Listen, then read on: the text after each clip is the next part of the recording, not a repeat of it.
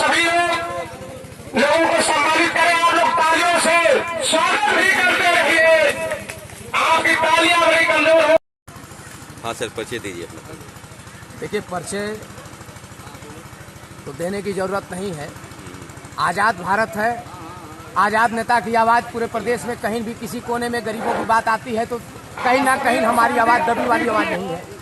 आवाज़ को अपने लेके मैं पहुंच जाता हूं उन गरीबों के लिए कि जहां पे कमज़ोर आदमी है उसके साथ मैं खड़ा हो जाता हूं।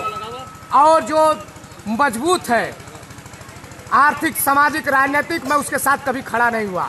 क्यों कि अगर मैं आर्थिक, सामाजिक, राजनीतिक जो मजबूत है उसके साथ खड़ा हो जाऊंगा तो कहीं ना कहीं गरीब का शोषण होगा और मेरे हाथों से, मेरे जुबान से शोषण हो। तो इससे अच्छा है कि गरीब के साथ रहिए। क्योंकि हमारे बाबा स्वतंत्रता संग्राम सेनानी कामरेड जहीर खान, उन्होंने 8 अगस्त 1942 में जो तरवा थाना फूका गया उसमें बाबू तेज बहादुर सिंह अहरा कलां में नगर के रहने वाले थे। बच्चे लाल शास्त्री कामरेड थे, आपके कस्बा सराय सठियाओं के रहने वाले थे। भाऊ गजराज सिंह एक नाम आता है, आपके तरवा के रहने वाले थे। वहीं बगल में एक ओहनी गांव पड़ता है, वहां के रहने वाले बेचन सिंह जी थे, रामदवर यादव जी थे। उस समय एक नाम आता है कामरेड थे, उन लोगों का भी नाम आता है। इस लड़ाई में बड़ा जो है, देश की लड़ाई में इन्होंने बड़ा योगदान दिया। तो हमारे बाबा की पुण्यतिथि 1 जनवरी को हमने नेहरू हाल आजमगढ़ मनाने का काम किया।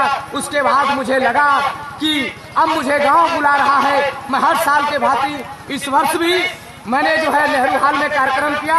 और जब तक मैं जिंदा रहूंगा, पत्रकार साथियों, इस कार्यक्रम को मैं इसलिए करता हूं कि कंबल देना मेरा मकसद नहीं।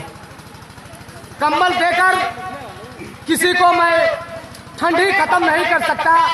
कंबल देकर किसी को मैं खुश नहीं कर सकता।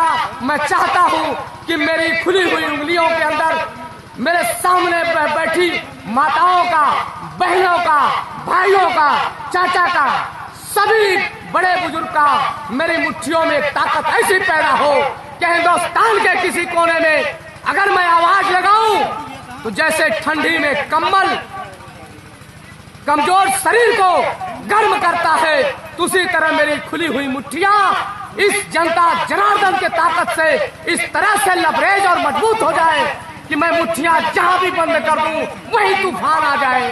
कितने लोगों को कम्बल वितरण कर रहे हैं? 500। हाँ, 551 लोगों को वितरण करूंगा जिनके पास। आगे क्या सोच है आपकी? आगे सोच यही है कि मैं आप सबके आशीर्वाद से इसी तरह ईश्वर ऑलमाइटी गॉड कादिर मुतलक मुझे ताकत दे, मेरे हाथों में वो परोपकार करने का ताकत दे कि मैं करता रहूं। और जब तक जिंदा रहूंगा स्वतंत्रता संग्राम सेनानियों को याद करूंगा और जनता के मुद्दों पर, जनता के सवालों का मैं सरकार पे जो है हमवार रहूंगा। और गरीबों, किसानों, मजदूरों की लड़ाई जब तक जिंदा रहूंगा लड़ता रहूंगा। कैसा लगता है कंबल वितरण करने के बाद आपको? अब जैसे एक मछली को पानी में रहने दिया जाए कैसा लगता है, अब मछली को पानी से बाहर निकाल दिया जाए तो मेरे साथियों कैसा लगता है। जब एक जगह मेरी बहनें बैठी हो, मेरे भाई बैठे हो, मेरे चाचा बैठे हो, मेरे गार्जियन बैठे हो, ये सारे लोग एक जगह बैठते हैं। मेरे गांव में कोई ऐसा आदमी नहीं है कोई की एक जगह बैठा के अब मुझको भी बैठा लेता। मैं भी चाहता हूँ मेरे गांव में अमन चैन रहे। और जब गांव का मेरा गरीब का बेटा जब प्रधान होता है, जब गरीब का ठेला खींचने वाला लड़का जब बीडीसी होता है, तब मुझे दिल को ठंडी हवा मिलती है। श्री कृष्ण भाई हमारे सामने बैठे हैं तो कंबल वितरण करने को आपको सुकून मिलता है? बहुत सुकून मिलता है। और जब तक जिंदा रहूंगा ये काम करूंगा। और आप सभी कहूंगा कि जो पात्र है, जिन लोगों को कंबल की जरूरत है, पत्रकार साथियों, उन लोगों को मेरा नंबर दे दो। जब तक जरूरत रहेगी उनको तब तक आजीवन उनके लिए मैं तत्पर चलता रहूंगा।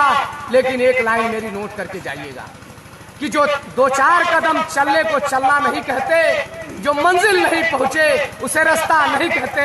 माना कि हम सब बुरे से बुरे हैं, कुछ लोग तो अच्छों को अच्छा नहीं कहते। मेरे साथियों, पत्रकार साथियों, बहुत बहुत आपका धन्यवाद। आप सभी शांति का प्रतीक